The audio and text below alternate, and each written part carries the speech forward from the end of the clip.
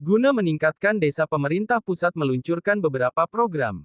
Salah satu program penambahan anggaran dana desa dan pemerintahan membuat peraturan dan undang-undang. Sesuai dengan ketentuan pasal 14 Undang-Undang Nomor 28 Tahun 2022. Yang ditetapkan lebih lanjut dengan Peraturan Menteri Keuangan PMK 98 Tahun 2023.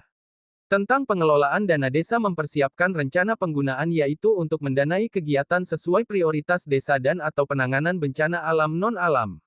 Antara lain, kekeringan dan sulitnya air bersih, penurunan produktivitas pertanian dan wabah penyakit.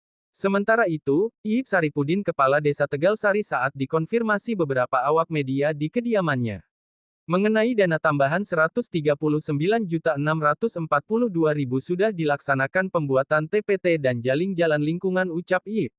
Hal ini sudah dipersetujuan pendamping desa oleh Gian, ucap Iip.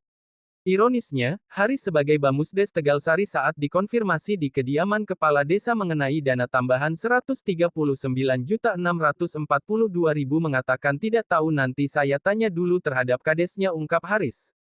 Gian sebagai pendamping desa saat dikonfirmasi Kamis tanggal 11 Januari tahun 2023 di salah satu kafe. Nama saya Gian dari alamat 2004, pekerjaan di lokal desa Tegalsari sama Sukahaji. Nah, yang kita pertanyakan ini kan mengenai lurahnya si Iip, Tegalsari. Itu kan desa tersebut katanya pembuatan jalan. Pembuatan jalan katanya udah persetujuan daripada pendamping. Itu dasarnya apa, Kang? Itu semuanya tidak ada dari jalan, Pak. Itu kan arahan dari BPM. Itu buat pertama buat penanganan kemarau. Kan bulan Desember bencana sama. Yeah. Terus buat bencana alam. Tujuan Akang kata untuk pembikinan jalan. Tujuan, maaf ya Pak, itu kan koordinasi, itu juga atas saran mungkin udah dari PMD udah diverifikasi sama di Starkim, RAB-nya sama sebelum realisasi kan dikumpulin dulu itu yang dapat yang dapat alokasi penambahan dana desa di DPD. Jadi dari arahan-arahan dari DPD. Saya sebagai pendamping desa, ya itu cuma tugas saya memastikan alokasi dana desa tersebut tersalurkan, memfasilitasi laporannya.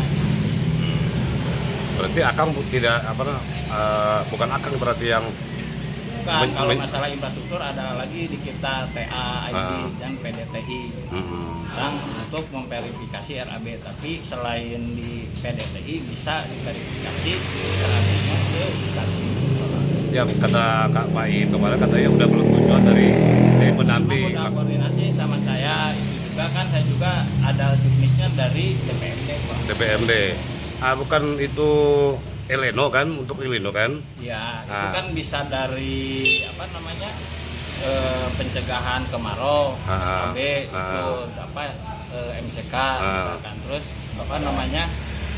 penanggulangan bencana alam. Longsor. Ya, itu kan bencana alam luas lah Pak.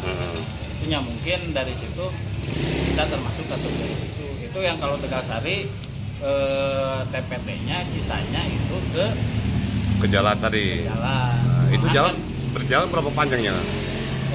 Saya kemarin belum sempat ke sana, tapi RAB-nya udah di sektes. Coba Bapak nanti konfirmasi ke. Kita udah ke sana, justru dia mengatakan itu udah persetujuan dari Akang sebagai pendamping.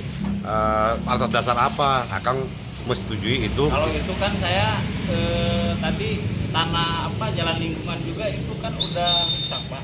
Ya, udah mungkin udah bisa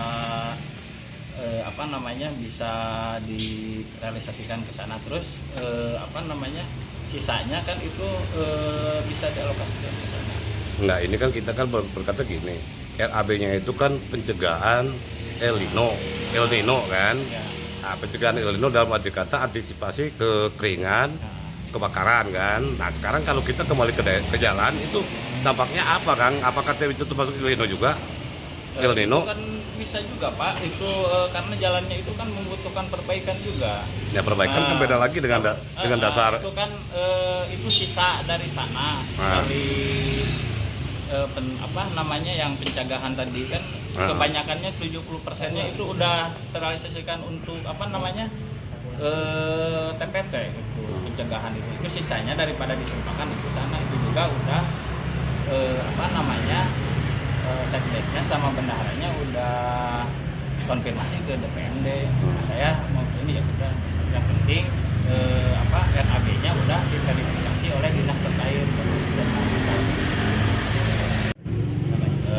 Bu Natalia dari dari DPMD. Oh, kalau teknis itu DPMD tidak berhak memverifikasi Pak, RAB-nya itu ke Distarkim. Jadi Atau bisa juga sama PDTI pendamping infrastruktur. Nah, gitu.